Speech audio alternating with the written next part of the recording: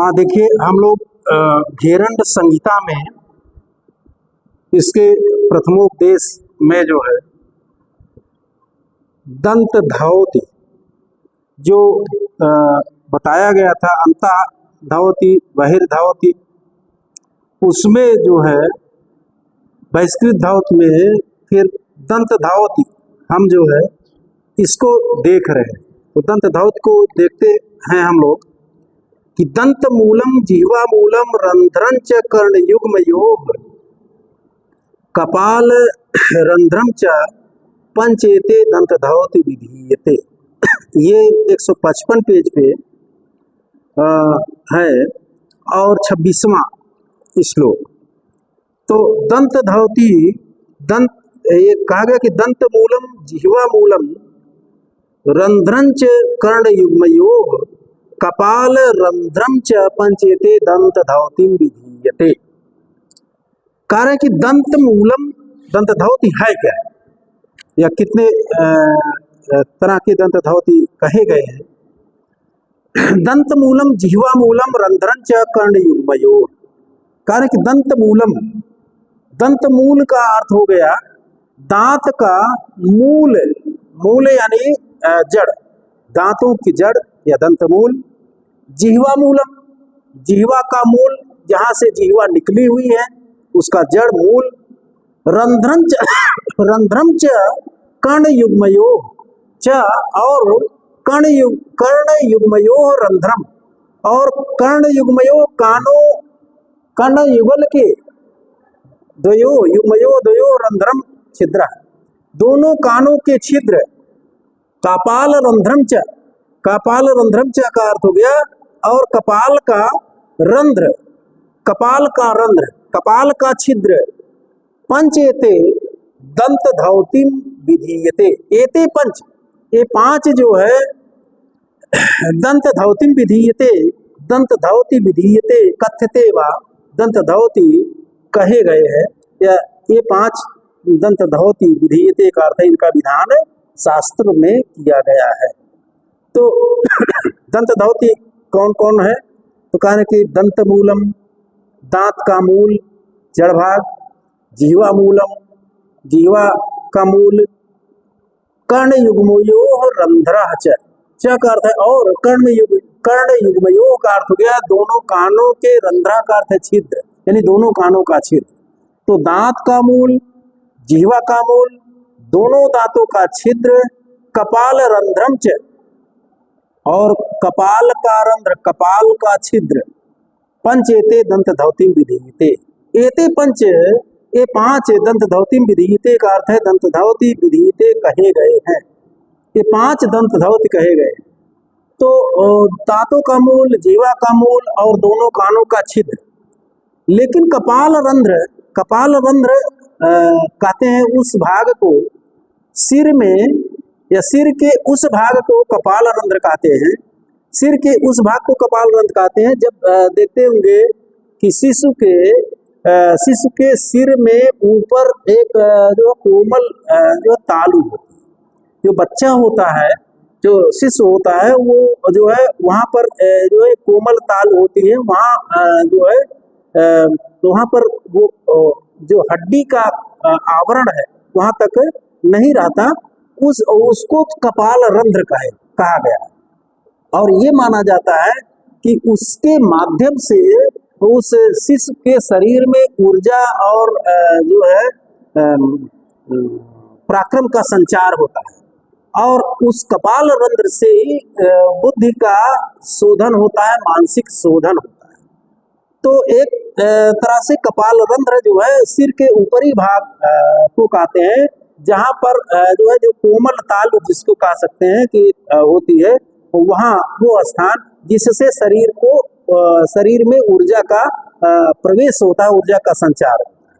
तो कह रहे हैं कि ये जो है जो बहिष्कृत धावती में ये दंत धावती बता रहे हैं कि दंत मूलम दांत का मूल, जिह्वा मूलम जिह्वा का मूल, रंध्रम च कर्ण युग्मयोः कर्ण युगल के दोनों छिद्र, कपाल रंध्रम च, और कपाल का छिद्र यानी सिर पर जो कोमल तालु है वह एते पंच, ये 5 दंत धौती विधीयते, शास्त्रों में दंत धौती विधीयते का अर्थ है कहे गए हैं। ये जो है 5 जो है शास्त्र में दंत धौती कहे गए। अब जो है दंत धौत के बाद, क्योंकि कारण के 5 प्रकार के दंत धौत कहे गए हैं, तो सबसे पहले दंतमूल कहा गया है। तो दंतमूल के विषय में अब ये बताना चाह रहे हैं, कारण कि दंतमूल धौती होता क्या है। कारण कि खादिरेण रसेनाथ मृतिकया च शुद्धया मार्जेद दंतमूलं च यावत किल्विषम आहरेत, यावत किल्विषम आहरेत। दंतमूल धौत क्या है, कारण कि खादिरेण रसेनाथ मृतिकया च शुद्धया, 5 दंत धौत बताए गए, उसमें से सबसे पहला दंतमूल धौत। तो उसके विषय में कह रहे हैं कि खादिरेण रसेनाथ मृतिकया च शुद्धया, कह रहे हैं कि अथ इसके बाद यानी दंतमूल धौत के विषय में कह रहे हैं कि खादिरेण रसेन, खादिर कहते हैं खैर, खैर के रसेन कहते हैं रस।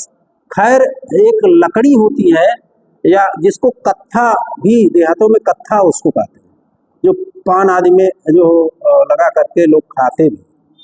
तो कह रहे हैं कि खादिरेण रसेन, खैर के रस से, खादिर के रस से, खैर के रस से, च और मृतिकया शुद्धया च, और शुद्धया मृतिकया, और शुद्ध मिट्टी से, निर्मल मिट्टी से, यानी कि संक्रमित मिट्टी हो, उसमें कोई जीवाणु हो।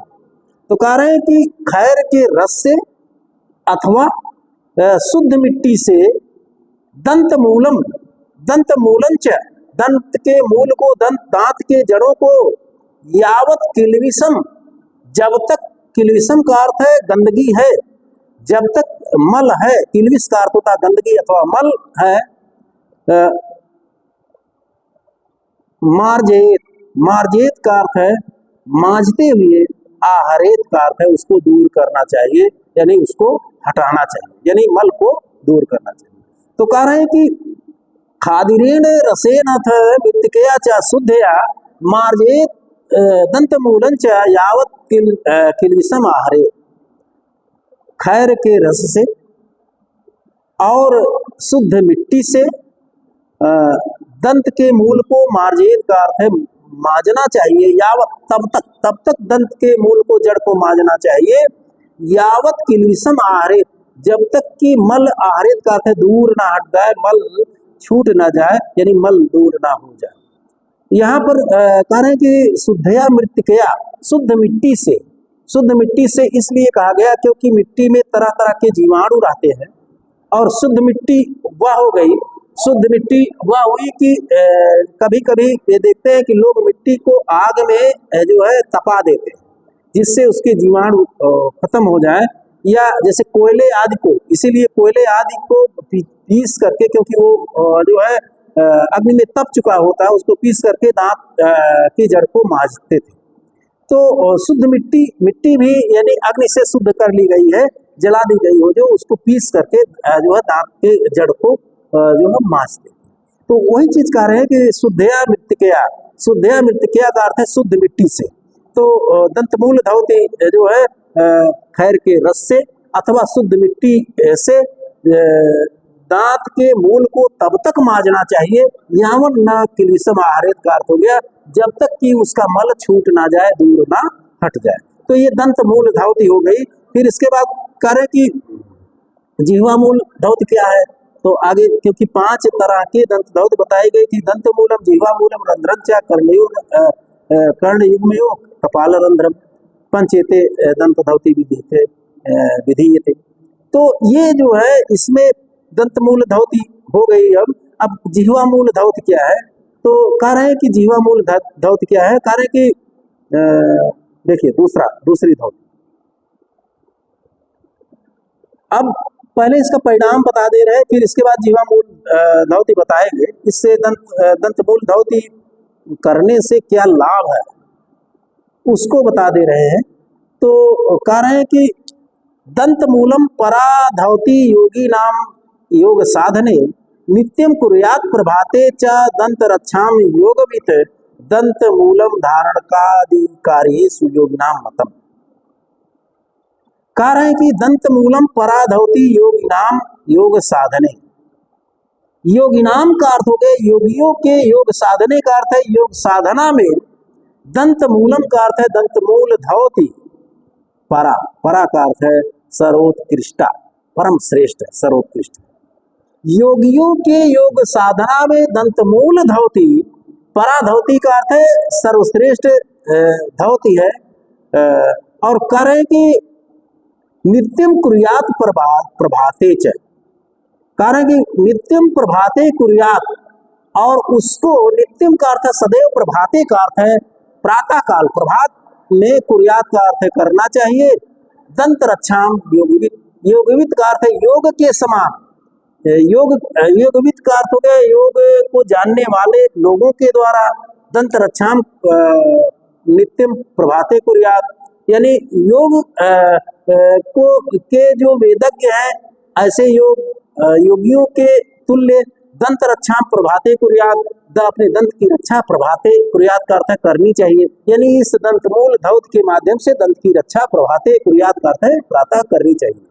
जो योग का जानकार है या योगियों के तुल्य जो है मनुष्य को प्रातः काल दंत मूल धौत जो है करनी चाहिए, या और उसके माध्यम से दंत रक्षाम कुर्यात का अर्थ हो गया नित्यम दंत रक्षाम कुर्यात, सदैव दंत की रक्षा करनी चाहिए। फिर कार्य की दंत मूल धारणाधिकारी योगिनाम मतम, कार्य की योगिनाम, योगिनाम का अर्थ है योगियों के धारणाधिकारियेषु, धारणीय कार्यों में दंत मूलम मतम, मतम स्वीकृतम, योगियों के धारणाधिकारियों में दंतमूल जो है दंतमूल धौती, मतम का अर्थ है स्वीकृत है, यानी योगियों के धारणी कार्यों में दंतमूल क्रिया स्वीकृत है। मतम का अर्थ है ऐसी विचारणीय है, स्वीकृत है या मानी गई। आगे फिर अब जिह्वा शोधन कर रहे हैं कि दूसरी जो है धौत क्या है, दंत धौत जिह्वा शोधन। जिह्वा शोधन कैसे होगा, कारण कि अथातः संप्रवक्ष्यामि जिह्वा शोधन कारणम जरा मरण रोगादीन नाशये दीर्घ लंबिका।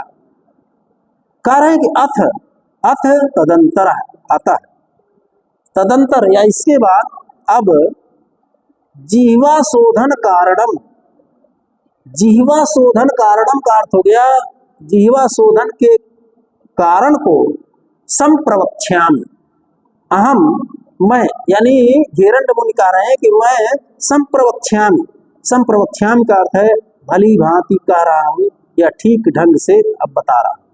अपने शिष्य चंड कापाली से बताने के क्रम में ये बात कर रहे हैं जिह्वा शोधन के विषय में कि अथातः, अथ इसके बाद, अतः अतएव जिह्वा शोधन कारणम, जिह्वा के शोधन का कारण संप्रवक्ष्यामि मैं भली भांति कह रहा हूं, जरा मरण रोगादीन नाशेत दीर्घ लंबिका। कारण कि इससे, इस जिह्वा शोधन से जरा मरण रोग आदि, यानी वृद्धावस्था, जरा का अर्थ है वृद्धावस्था, मरण का अर्थ है मृत्यु, रोग आदि, नाशेत, नाशेत का अर्थ है विनष्ट हो जाता है। यानी इस जिह्वा शोधन कार्य से वृद्धावस्था और मृत्यु रोग आदि, मरण रोग आदि का नाश होता है, और दीर्घ लंबिका, जिह्वा दीर्घ लंबिका, और जिह्वा जो है दीर्घ लंबी या लंबी हो जाती है, और जीभ लंबी हो जाती है। तो कह रहे हैं कि अब मैं इसके बाद अथातः संप्रवक्ष्यामि जिह्वा शोधन कारणम, अब मैं इसके बाद जिह्वा के शोधन के कारण को भली भांति आपको बता रहा हूँ, या आप लोगों से कह रहा हूँ, आपसे कह रहा हूँ, जरा मरण रोग आदि नाशेत दीर्घ लंबिका, इसके करने से वृद्धावस्था, मरण रोग, नाशेत का अर्थ है विनष्ट होता है, दीर्घ लंबिका का अर्थ है और जिह्वा लंबी हो जाती है, या जिह्वा दीर्घ हो जाती है, या इसके करने से जिह्वा लंबी हो जाती है। अब जिह्वा मूल धौती कैसे करेंगे बता रहे हैं कि तर्जनी मध्यमा अंतानाम अंगुली त्रय योगतः वेशयेत गल मध्य तु मार्जेत लंबिका जरम जडम शनैर शनैर माजयित्वा कफदोषम निवारयेत्। ये कह रहे हैं कि तर्जनी मध्यमा मध्यमा अंता अंता नाम, तर्जनी मध्यमा अंता अंगुलित्रय योगता वेशयेत गल मध्य तु मार्जयेत लंबिका जड़म शनै शनै मार्जयित्वा कफदोषम निवारयते निवारयेत निवारयेत। कह रहे हैं कि तर्जनी मध्यमा अंता नाम, तर्जनी तर्जनी अंगुली अंगुष्ठ के बगल, मध्यमा बीच की, और अंता नाम का अर्थ हो गया यहाँ पर अनामिका से। तो तर्जनी मध्यमा अनामिका, तर्जनी मध्यमा और अनामिका, अंता नाम से तात्पर्य है अनामिका से। तो तर्जनी मध्यमा अंता नाम, तो तर्जनी अंगुली, मध्यमा अंगुली और अनामिका अंगुली त्रय योगता, अंगुली त्रय योगता का अर्थ हो गया इन तीनों अंगुलियों के योग से, यानी तीनों अंगुलियों के संयोग से गल मध्य वेशयेत, गल मध्य का अर्थ है गल के मध्य में यहाँ तक, वेशयेत का अर्थ है इसको प्रवेश कराना चाहिए। ये जो है कह रहे हैं कि जीवा मूल धौत कैसे होगी, तो उसकी प्रक्रिया बता रहे हैं कि कह रहे तर्जनी मध्यमा मध्यमा अंता नाम अंगुली प्रयोगता, तर्जनी मध्यम और अनामिका अंगुली के प्रयोग से, यानी इसके जो है त्रय योगता का अर्थ हो गया तीनों के योग से गल मध्य वेशयेत, इन तीनों को गल मध्य का अर्थ है गले के बीच में, वेशयेत का अर्थ है प्रविष्ट कराना चाहिए। तू मार्जयेत लंबिकाम जड़म, और लंबिकाम, लंबिकाम का अर्थ है जीवा के, जड़म का अर्थ है जड़ को, मार्जयेत का अर्थ है इससे माजना चाहिए, यानी इस तीनों अंगुलियों को गले में प्रवेश करा करके जीवा को माजना चाहिए, यानी जीवा को रगड़ना चाहिए। और शनै शनै मार्जयित्वा, ऐसा नहीं कि कट जाए, कहीं फंस जाए या कोई चोट लग जाए, ऐसा नहीं, शनै शनै धीरे धीरे, मार्जयित्वा का अर्थ है उस जीवा को माज करके कफ दोषम निवारयेत, कफ दोषम निवारयेत का अर्थ हो गया कफ के दोष को, निवारयेत का अर्थ है दूर करना चाहिए, यानी कि जीवा मूल धौत से कफ दोष की निवृत्ति मिलती है, कफ दोष जो है से छुटकारा मिलता है, जिसको कफ दोष होता है उससे निवृत्ति मिलती है, और जीवा फिर लंबी हो जाती है। आगे फिर कह रहे हैं कि जीवा मूल धौत के बाद कह रहे हैं कि जो है इससे क्या होता है और जो है कैसे इसको करनी चाहिए, उसी क्रम में कह रहे हैं कि मार्जयेत नवनीतेन दोहेत च पुनः पुनः तदग्रम लौह यंत्रेण कर्षयित्वा शनै शनै। अब जीवा मूल धौती कैसे होगी, कह रहे हैं कि मार्जयेत नवनीतेन, नवनीत कहते हैं मक्खन, मक्खन उंगली में मक्खन लगाकर, मार्जयेत का अर्थ है माजना चाहिए, दोहेत च पुनः पुनः, च का अर्थ और दोहेत का अर्थ है जीवा को, दोहेत का अर्थ दोहना चाहिए, यानी दोहना चाहिए, यानी उसको खींचना चाहिए, पुनः पुनः का अर्थ है बार बार, माजना चाहिए और जीवा को खींचना चाहिए बार बार। और तदग्रम, तदग्रम उस जीवा के अग्रभाग को लौह यंत्रेण, लौह यंत्रेण का अर्थ है लोहे के यंत्र से या चिमटा आदि से, कर्षयित्वा, कर्षयित्वा का अर्थ खींच करके, शनै शनै का अर्थ है धीरे धीरे, दोहेत का अर्थ है दूहना चाहिए, तो चिमटा आदि से, लोहे के चिमटा आदि से उस जीवा को खींच करके धीरे धीरे मक्खन लगा करके तीनों उंगलियों से उसको दूहना चाहिए, यानी जिससे जो है जीवा लंबी हो और कफ दोष जो है समाप्त हो जाए। तो ये प्रक्रिया बता रहे हैं जीवा मूल धौत का। कह रहे कि नवनीतेन पुनः पुनः, नवनीतेन का अर्थ है मक्खन से, पुनः पुनः का अर्थ है बार बार, मार्जयेत, मार्जयेत का अर्थ है उस जीवा को मार्जयेत माजना चाहिए।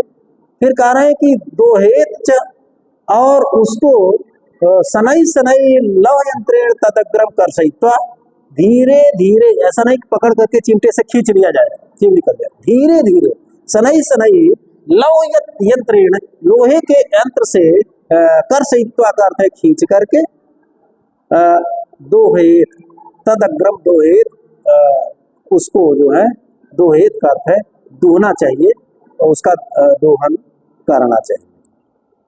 अब कह रहे हैं इसको कब कब करना चाहिए उसका समय भी बता दे रहे हैं। कह रहे हैं कि नित्यम कुर्यात् प्रयत्नेन रवेर उदय के अस्तके च एवं कीर्ते च नित्यम सा लंबिका दीर्घताम ब्रजेत। कह रहे कि नित्यम कुर्यात् प्रयत्नेन रवेर उदय के अस्तके। रवे का अर्थ हो गया सूर्य के, उदय के का अर्थ है उदय के समय, सूर्योदय के समय, अस्तके और सूर्य डूबने के समय, सूर्योदय के समय और सूर्यास्त के समय नित्यम नित्यम कुर्यात् प्रयत्नेन, नित्यम प्रयत्नेत कुर्यात्। नित्यम का अर्थ है सदैव यानी प्रतिदिन, नित्य। प्रयत्नेन कुर्यात् का अर्थ है प्रयत्न पूर्वक, यह जीवा मूल धावति कुर्यात् का अर्थ है करना चाहिए। तो सूर्योदय और सूर्यास्त में प्रतिदिन प्रयत्न पूर्वक कुर्यात् का अर्थ है करना चाहिए, यानी जीवा मूल धावति को करना चाहिए। एवं कृते च नित्यम, च का अर्थ है और, एवं इस प्रकार नित्यम कृते, नित्य किए जाने पर, यानी जीवा मूल धावति किए जाने पर, इस प्रकार नित्य जीवा मूल धावति किए जाने पर सालंबिका, सालंबिका का अर्थ है वह जीवा दीर्घताम ब्रजेत, लंबाई को प्राप्त कर लेती है, यानी लंबी हो जाती है, जीवा लंबी हो जाती है। अब जीवा मूल धावति के बाद जो है बता रहे हैं ये जो है कर्ण धावति, क्योंकि कान को धोने की बात आई थी, कान के छिद्रों को धोने। कर्ण धावति के विषय में कह रहे हैं कि तर्जन्य अनामिकायो योगान मार्जेत कर्ण रंध्रयो नित्यम अभ्यास योगेन नादांतरम प्रकाशित।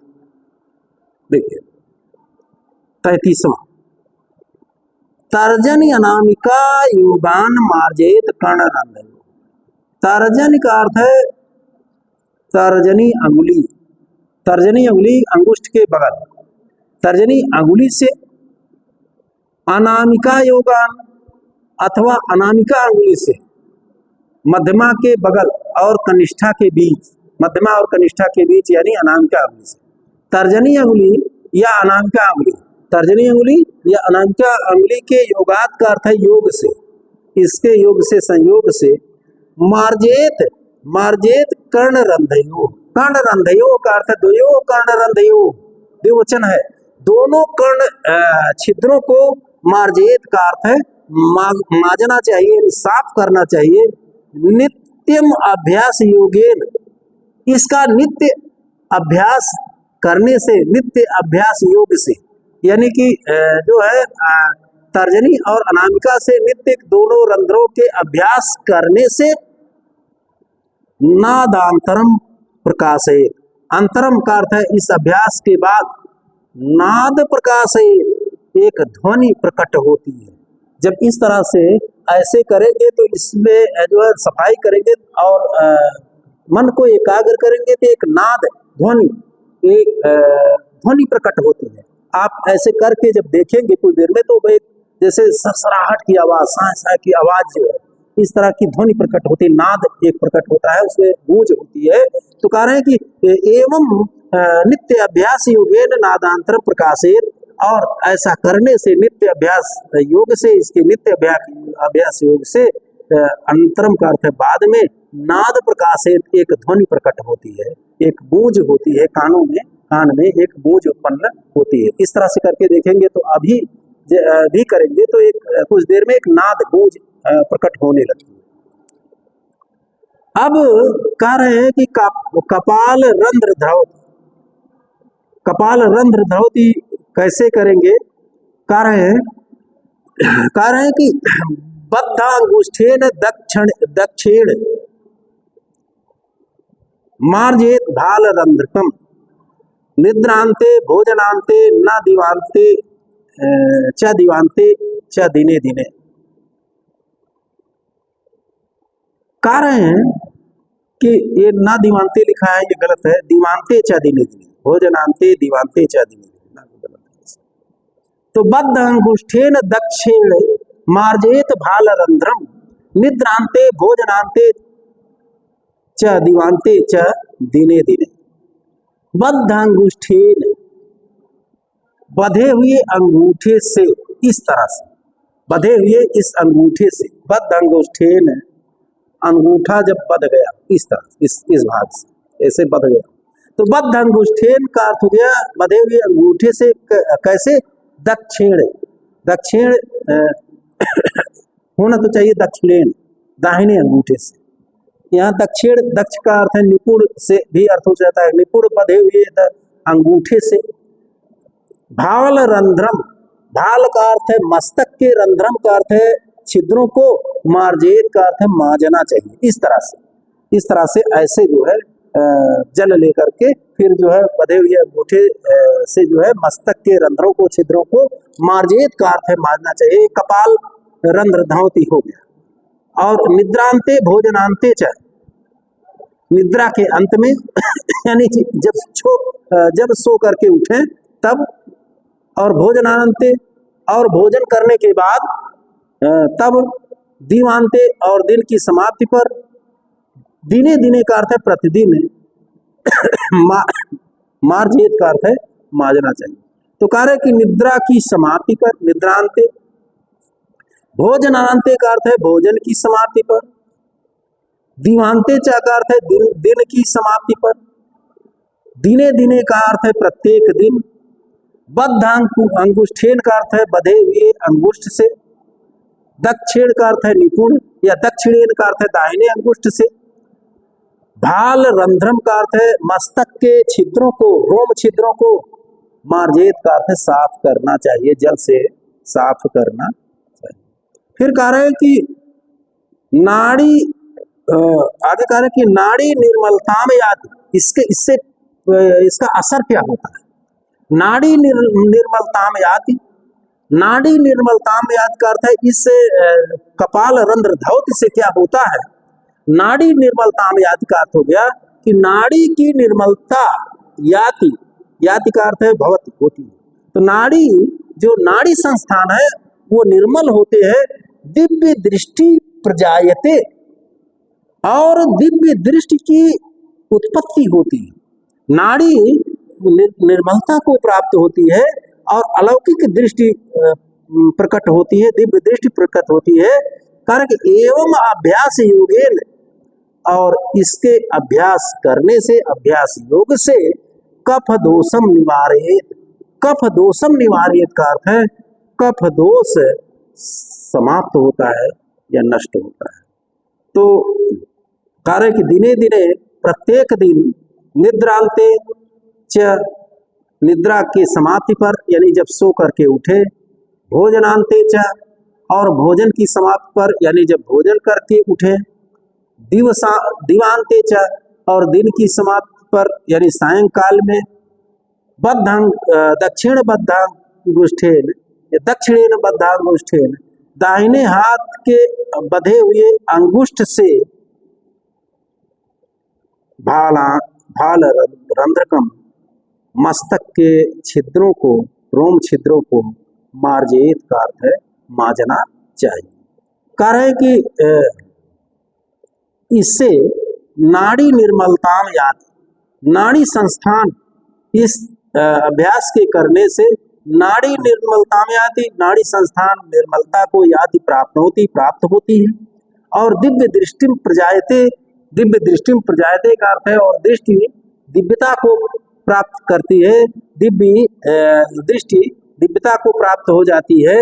फिर एवं अभ्यास योगेन कफ दोषम निवारे, और इसके अभ्यास योग से कफ योगम निवारेत का अर्थ है कफ का निराकरण होता है, यानी कफ दोष समाप्त होता है। तो यहाँ तक जो है कपाल रंध्रौती देखा गया। इसको